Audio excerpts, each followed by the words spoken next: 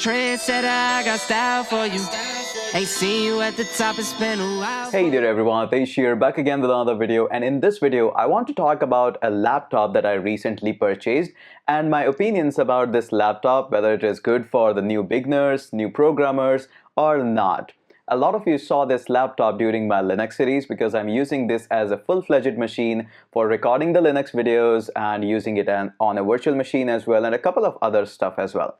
So in this video I will share my opinion whether this laptop is good for the beginners in programming and what are the laptops that I recommend for a beginner in programming. Let's get started. So before we move on to the review of the laptop, of course the link is in the description, so in case you are in a hurry, the link is in the description, you can check that out. But before moving that, I would like to mention 2 points, very important 2 points before starting this video. Point number 1.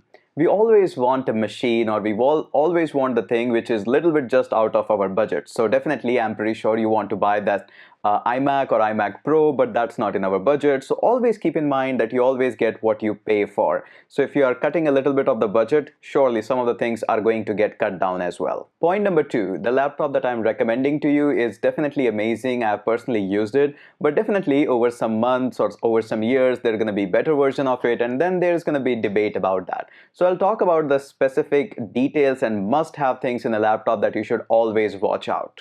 So in case you're following this channel, you know that I'm using this laptop in my Linux series, which is an HP laptop. Of course, the link is in the description section below, but I would like to mention that still I'm a fan of MacBook and of course iMac. I usually do all of my work on the MacBook and of course on the iMac as well.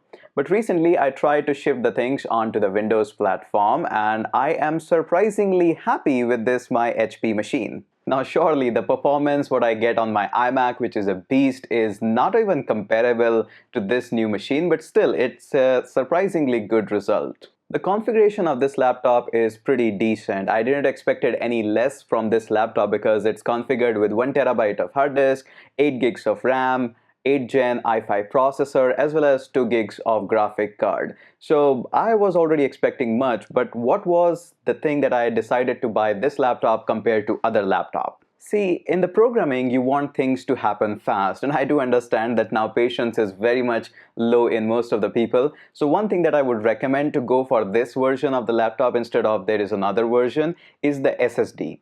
SSD makes a whole lot of difference while working on any programming stuff, because whenever you write any program or open up anything, these things actually get loaded into the memory.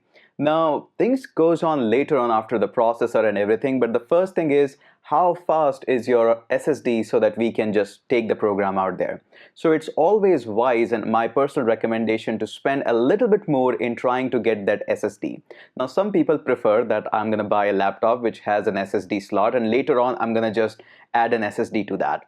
I would say no, that's not very much a great idea. Surely it's going to work out nicely, but since if you get the default SSD and you install your operating system and everything directly into that, that is the one you are looking up for. Surely you can hack it around, that's also acceptable, but I recommend that use all of your programs and your operating system onto a SSD so that it becomes much more faster compared to other laptops. I've been using this laptop for recording videos on virtual machine, and when you record a video when virtual machine is already up and running, it consumes a hell lot of processing power, and for all of that this laptop stands nicely and amazingly. I was a little bit surprised on that. Also, I've used this laptop during the recent machine learning bootcamp that we conducted. I've also used this laptop in a couple of Flutter-based projects as well, no problem at all. In the Flutter projects, this laptop doesn't even move, and I was surprisingly happy with that.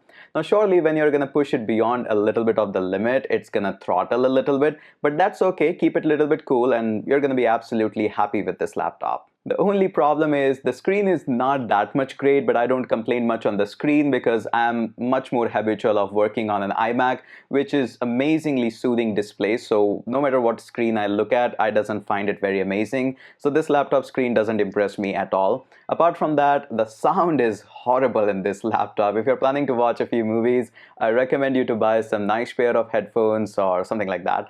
The sound is just absolutely horrible in this laptop. Companies nowadays knows that you're going to be measuring everything based on just numbers, and that is the one point we need to stop doing right now, because companies know that you'll be measuring everything on numbers. For example, when a new phone comes out, it just says we have 48 megapixel of the camera. Still, it shoots garbage photos compared to this DSLR, which is just on like 23 or 26 megapixel. So numbers can be absolutely deceiving. What you should look for is performance and what you really want to do with that particular hardware, whether it's camera or it's laptop. So the whole summary of the video is, do I recommend this laptop for beginners in programming?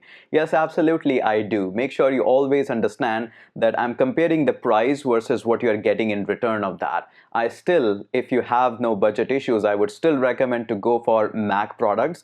They are definitely expensive. I do accept that. I wanted to upgrade into a couple of Apple things, but it's stopping me because it's too much expensive.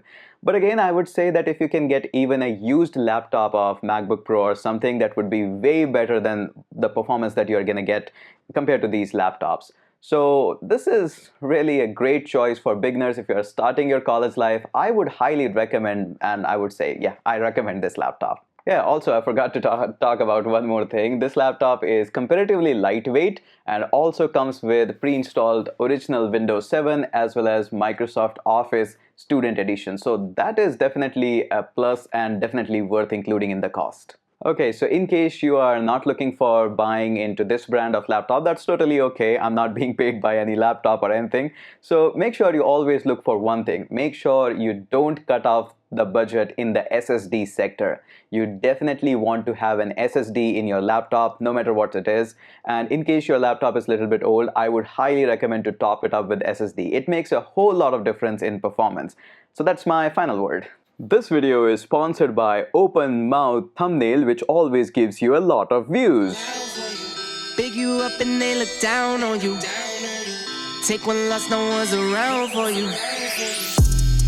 I won't stop. No, no, no, no, no, no, no. I won't stop. I won't stop.